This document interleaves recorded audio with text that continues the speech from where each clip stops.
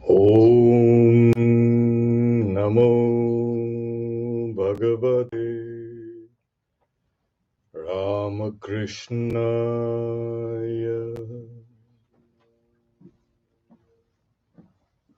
Om. Salutations to Bhagavan Ramakrishna. Welcome to the 15th class in the series of approaching meditation. And the title is Awareness and its Transformation. We've been looking at meditation and how to approach it through various means. This is one of a fundamental means. If you can understand what's awareness, we can approach meditation, deeper meditation. We can approach the reality through this awareness. It's so fundamental. Well, imagine if you can't be aware. It's just frightening. At the same time, though it's fundamental, like these other categories like life. What's life? What's mind? Fundamental categories cannot be clearly defined. That's a paradox. What does awareness mean? The simple philosophic meaning is awareness simply means knowledge or perception of a situation or fact. It is also recognition, consciousness, grasp, and so on. Well, very ambiguous statements. Try understanding what awareness is or consciousness is. Good luck. You'll have to write a few books. Yet, it's fundamental and it makes every individual unique while having universal characteristics. I am aware of myself, my surroundings, as well as you. Well, you are aware of me and your surroundings. But are you aware of my awareness? Or am I aware of your awareness? No. Well, we'll get down to what exactly I mean by this awareness. But another important characteristics of this awareness is aware of itself, self-aware. That is the rock on which all our activities and our existence depends on. Awareness is aware of itself. Okay. I'll give you a few theories about awareness. One is qualia. Qualia is, see, this is kind of a rich inner experience. We need data to come in from the senses. The data can be anything. But how you process the data is called the qualia, Qualia. And it's very important. We know qualia, we don't know the reality as it is outside. Now, whether the qualia, that is the perceptions, the recognitions, the memories, the emotions, all they go into making this rich inner experience of yours. Whether it is an emergent property of your brain or your neurons are firing, or no, the jury is still out and it's being debated. So what if the jury is out? So that much for that rich inner awareness quality. The other is one of the last frontiers of things is the awareness of the self. And I know it's kind of difficult, but for just for example, suppose we just say you get into a sensory deprivation tank. You have this. What happens? Your entire inner world, that rich inner world, is shattered. Because as I said, awareness depends on sensory stimulus. And there is a coherence between stimulus energy coming in and the brain snaps into place and recognizes stimulus and harmonizes all these things. But with the sensory deprivation, I mean, there's nothing coming in.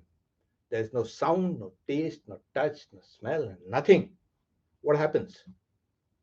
You begin to see things, hallucinate. The brain itself throws up huge, you can say, sensations and feelings which are not coming from outside. It's coming from inside.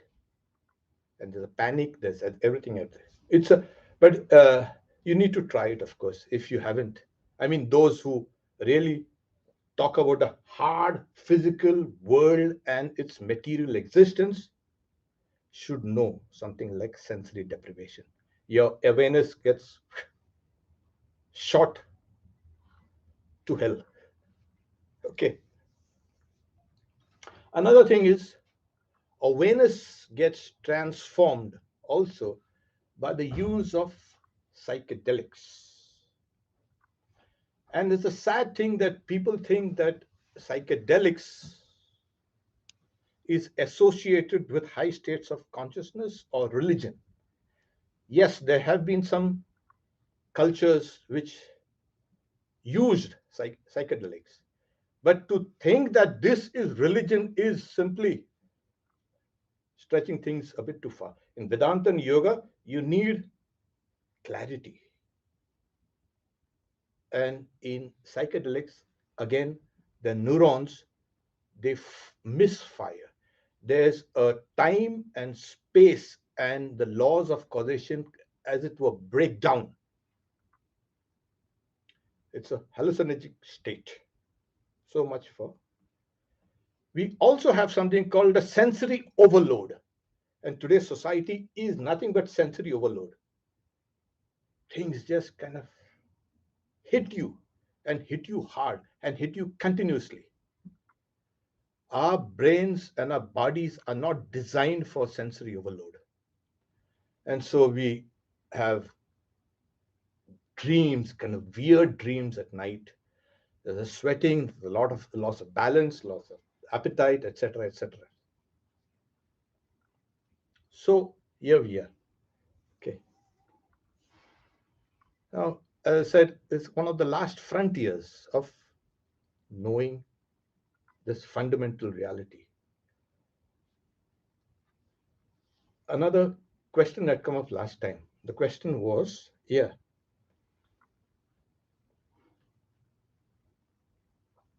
somebody asked okay, about the restlessness of the mind while meditating. Okay. Now, before I can go into this, most of our knowledge is inferential. You have one level of inferential level.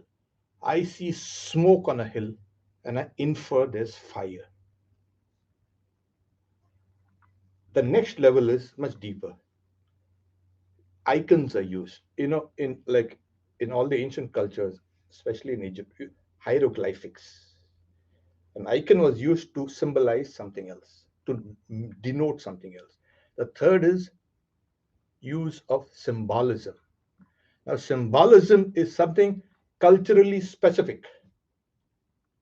A chair might mean a chair in one culture, the word, and it might mean something else in another. The word itself is a symbol. So, most of our knowledge is inferential, and so even our awareness inside, we just infer that we are aware. Why? Well, I'm seeing things. Are you really seeing things? That is a question. So to get into, this is not a argument and counter argument class of awareness. We are going to talk about something specific and practical so you can use it. First thing is the question whether what happens when we try to meditate. Ordinarily, the mind is kind of engaged with things and working, and suddenly it becomes, you see everything coming out. So, what happens? So, to give you an example, I'm looking at you, you're looking at me, kind of. Our awareness is now engaged with objects. Now, take for instance, I do something like this. What happens?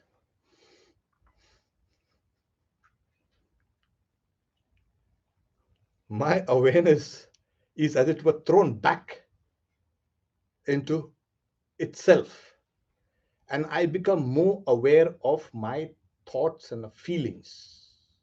They become more dominant, they are highlighted more. And you always see when you are in a panic, your eyes widen, you start sweating, you look around. And when you have deep feelings, you close your eyes. Suppose you're playing beautiful music. You don't play it like this. You To deepen that mood, you close your eyes and feel that music inside. It's something like this. When suppose there's a danger out here, your awareness kind of becomes focused. I mean, it blanks out everything else, like we have seen in our previous classes how it happens, and zeroes on into only a specific area of danger. And as I said, the entire process becomes so slow in your awareness. You can see the moments as it were in slow motion. Okay. Now, that being said, let me quote Sri Ramakrishna. Sri Ramakrishna teaches in deep meditation, the sense organs stop functioning. The mind does not look outwards. It is like closing the gate of the outer court in a house. There are 5 objects of the senses: form, touch, smell, taste, and sound. They are all left outside. At the beginning of meditation, the objects of the senses appear before the aspirant as impressions, as I said. But when meditation becomes deep, they no longer bother him. They are left outside. Now, we have seen in sensory deprivation, your brain starts hallucinating. But in meditation, the mind is crystal clear because there is no more interference coming from outside, from the senses. It's a very lucid state. And this has to be kind of understood.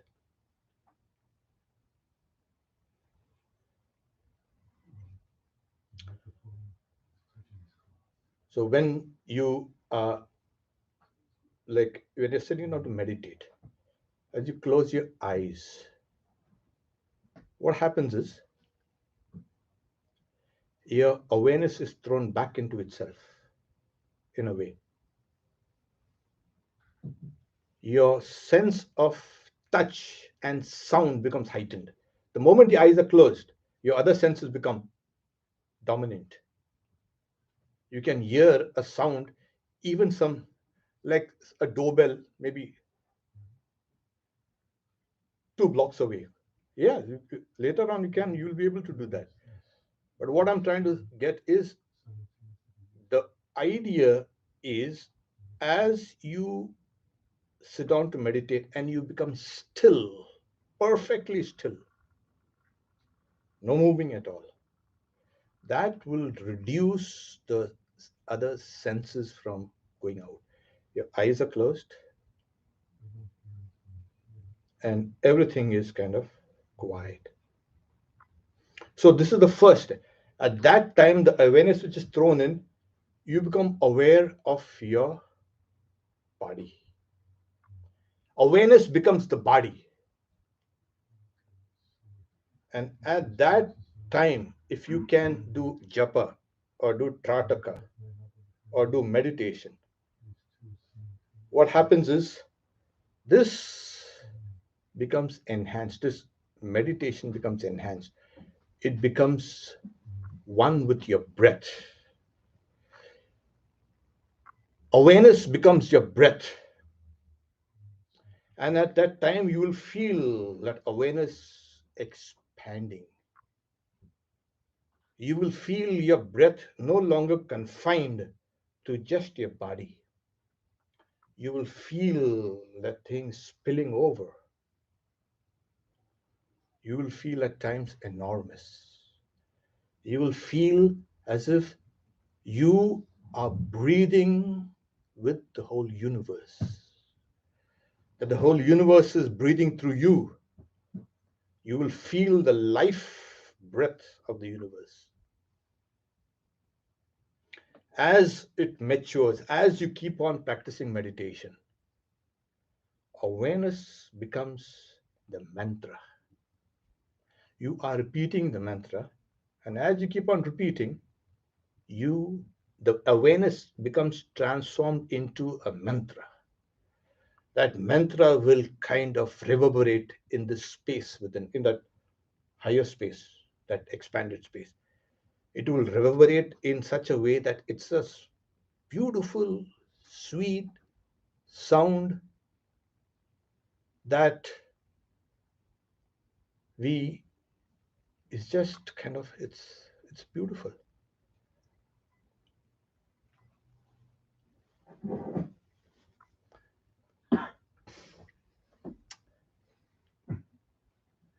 Okay, to get back to,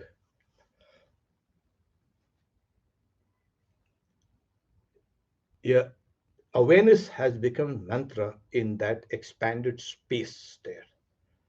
At that time, your breathing, the breath that you feel, that your awareness had become the breath, that is transcended, and awareness becomes your mantra.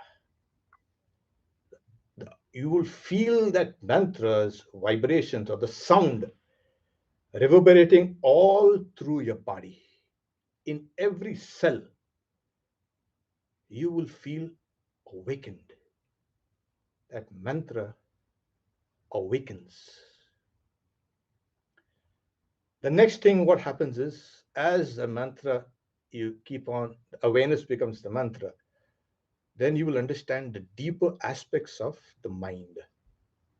At that point, the mantra appears like a whisper, and the mind becomes luminous. It is at this stage where you feel that mind is aware, and this awareness has spread all over there. It is at this stage only where you will be able to understand others' awareness. You can plumb their awareness. Okay. I think it's more like kind of, and as it matures, as awareness matures, it becomes intellect. You will see intelligence displayed in every cell of your body. Every part of your body is intelligence, and you will see this intelligence spread all over. Everything is intelligent. That awareness will become like that. And finally, it comes down to your own individuality. Your individuality, your awareness of your own individuality kind of melts, and you spread out into something called the universality. Yet you are aware in a way. I think in a Sunday class we talked about Swami Vijnanananda. He said, I felt myself like a speck in the ocean of light. You'll feel something like that. Okay. Now, what about all these theories of sensory deprivation and you can say qualia and all these various things and awareness and all? Are they wrong? This modern research? No, they're not wrong, but they're only seeing a tip of the iceberg. Vast masses of the berg are still lying unseen, unknown to you, to your awareness. And as I said, if awareness is aware of itself, you're not aware of all those things down there. Transformation of awareness slowly will reveal those huge depths of the mantra, the mind, the intelligence, and the sense of I. Things will become very crystal clear. So, awareness has to harmonize or has to be yoked to a medium. That's why, from the body to the senses to the breath to the mantra, the mind, the intellect, it has associated with all these mediums. But the mediums, as they become more and more subtle, more and more fine, awareness becomes fine and super fine. That is what happens. Okay. At this point, awareness has broken the prison and has become freed. So, what's awareness? You.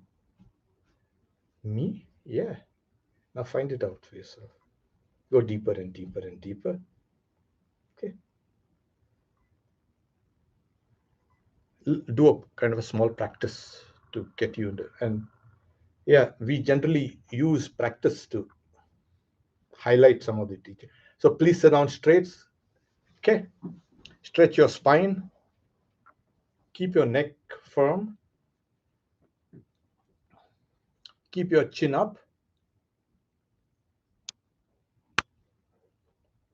Fix your gaze at a point just outside your chin, please.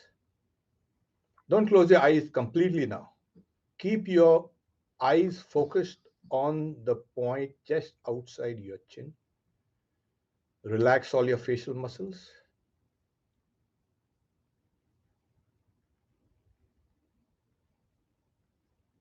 Detach your tongue from everything else and let it relax down there.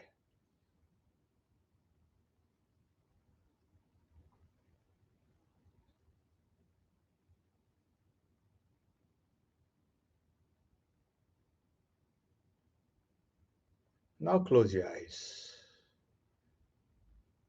and feel your diaphragm rising and falling.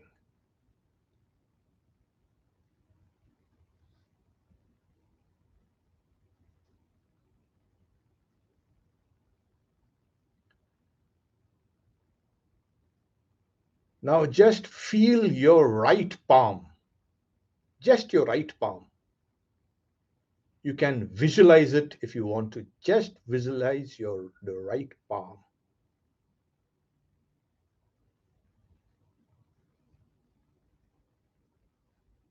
You feel your palm pulsating.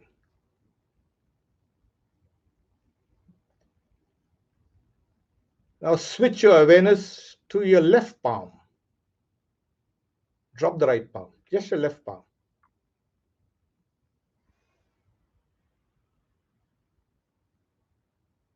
You feel the pulsations there. Now feel the pulsation right up your left arm to the shoulder.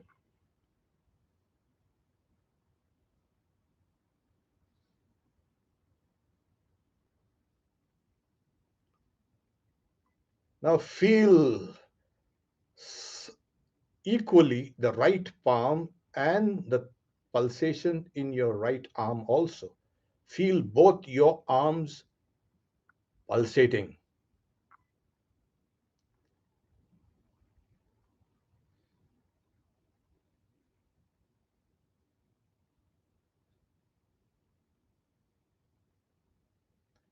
Now feel your feet pulsating.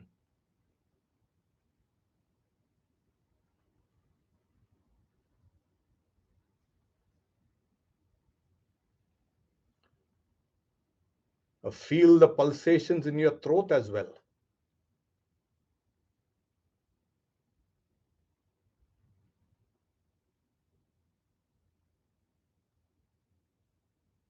Now feel it all over the body.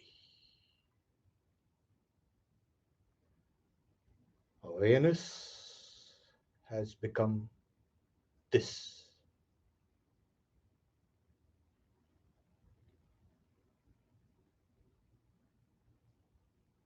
Feel your entire body as it were throbbing.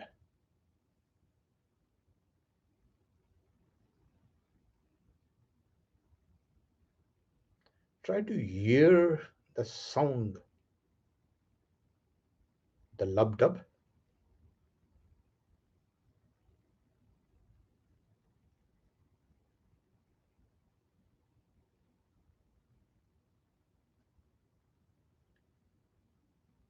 Okay, let's switch now. Become aware of your diaphragm again, rising and falling, please.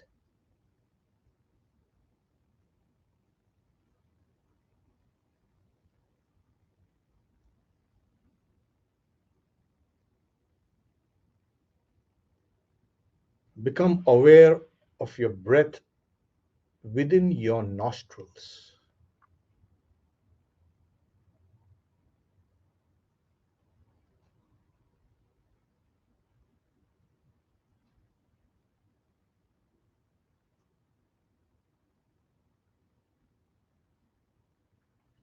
Become aware of the breath deep in the sinuses and behind your face.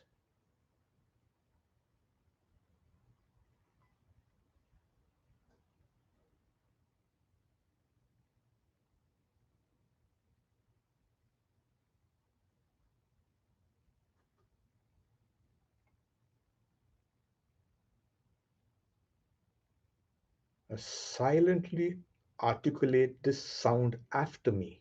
You do it silently, I'll do it audibly. Om.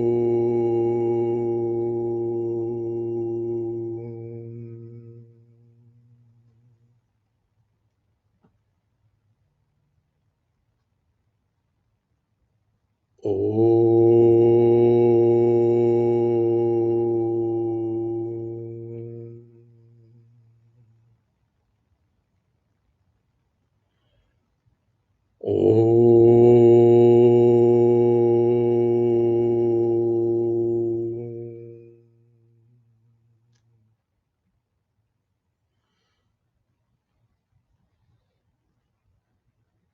Keep on repeating this sound, please.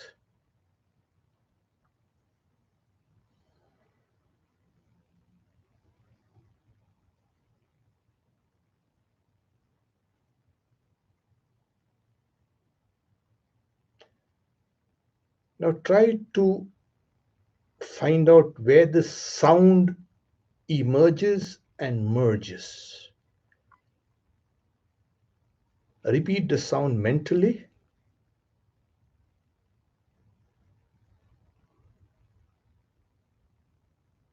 and find out where. it has emerged from, and where it has merged.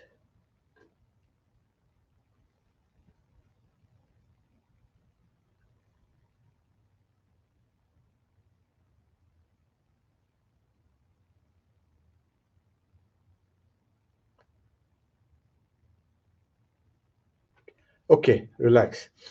Take a long deep breath, wriggle your fingers and toes, please, and come out.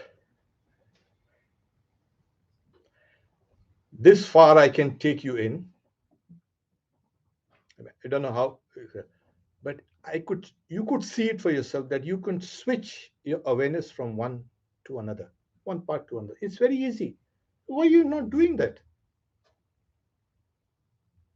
You can do it. So awareness is under your own will. Then you switch it from the body to the breath, and there you feel, yeah, you can do it. You feel the throbbing all over your body, and then you switch it and said, okay, it's gone to the breath, and the first part is left out. Second part takes over. Awareness becomes the breath. And then when you repeat silently the mantra, awareness becomes that. The other part is left out.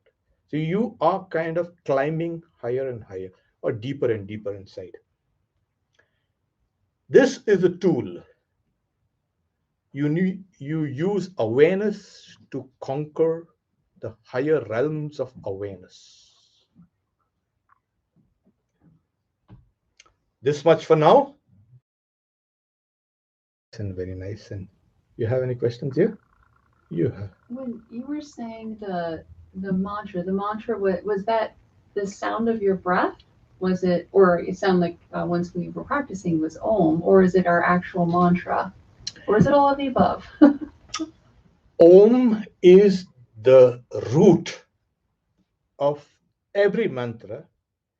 It is the root of the universe. It is a root of your own individuality. Got this? This is the primal sound.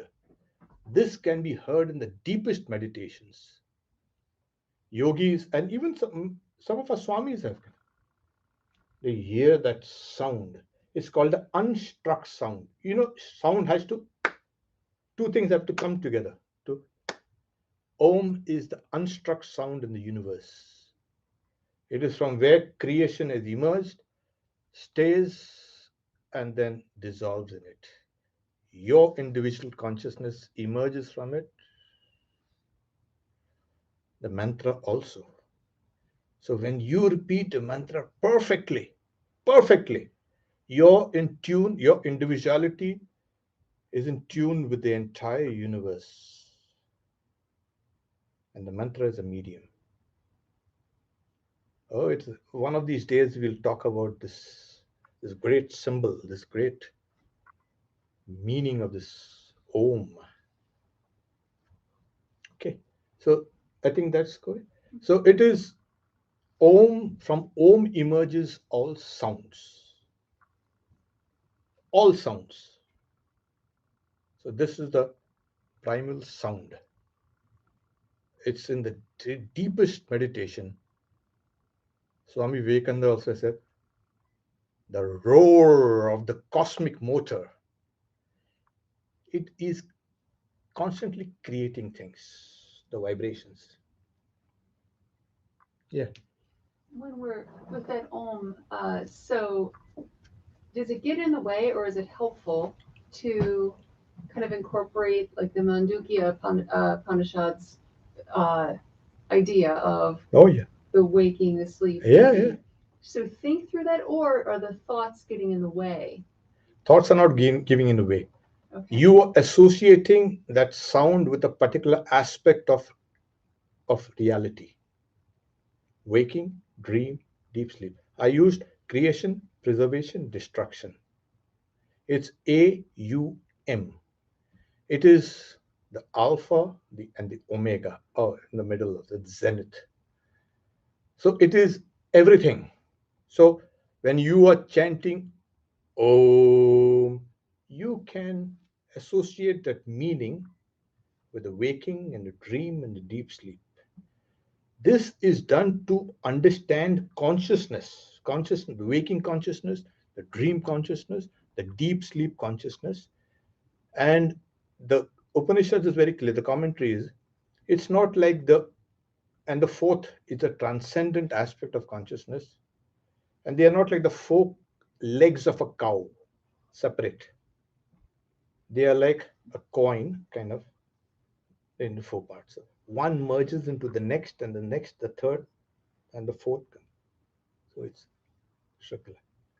So you can use. Uh, uh, Vikram, just a moment. You also even in the Mundaka Upanishad, they give a different meditation on Om. Like you take the arrow and sharpen it with meditation, and the bow, and then hit the target, and unerringly, which is the Om. Sharavo dhanu pranavo tadatma. So the arrow is the Atman, and you're shooting it to the Supreme Self. Okay, Vikram. Yeah. So when you're not, let's say, in full awareness, and you kind of maybe get confused because all these random thoughts come up. But if you contrast that, if you feel like, oh, I think I have a sense that I'm, in, let's say, deep awareness, and then a thought comes up, is it reasonable to think that that thought is arising due to the awareness and that it's meant to come up, and therefore you should really be meditating deep on that thought that comes up? If the thought is of a dissimilar nature to the thought you're meditating upon, suppose you're meditating on, say, Buddha, okay, and as you're meditating on Buddha, another thought of the vast blue sky appears. Now don't fight that other thought, the second thought that has come, because this gels with the first thought. But the moment you're meditating on Buddha, and you're meditating, and it's getting deeper and deeper, and suddenly you think of your car, that you need to dismiss it off. It's not meant to arise. These things are embedded within the deeper layers of the mind. They emerge out. Like I said, I use a blindfold there.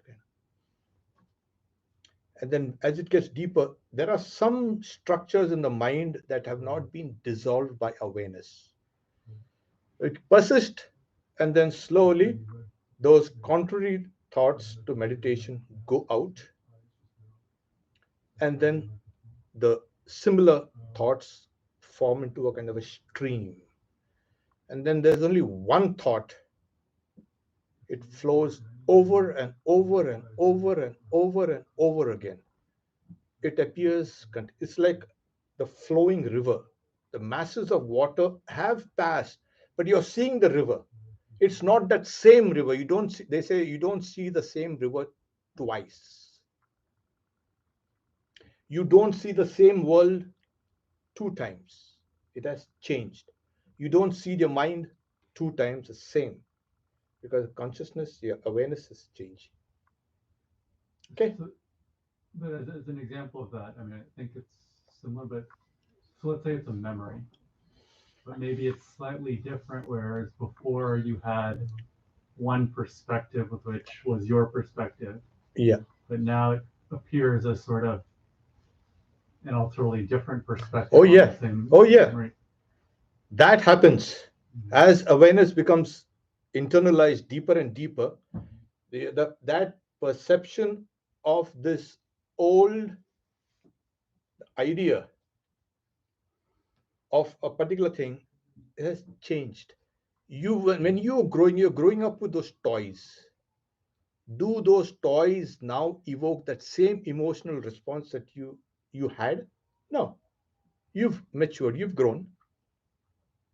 You know the toys, you know your association with that, but now you look at it differently. So this entire world, this reality will appear very differently to you inside. Oh yes. Okay.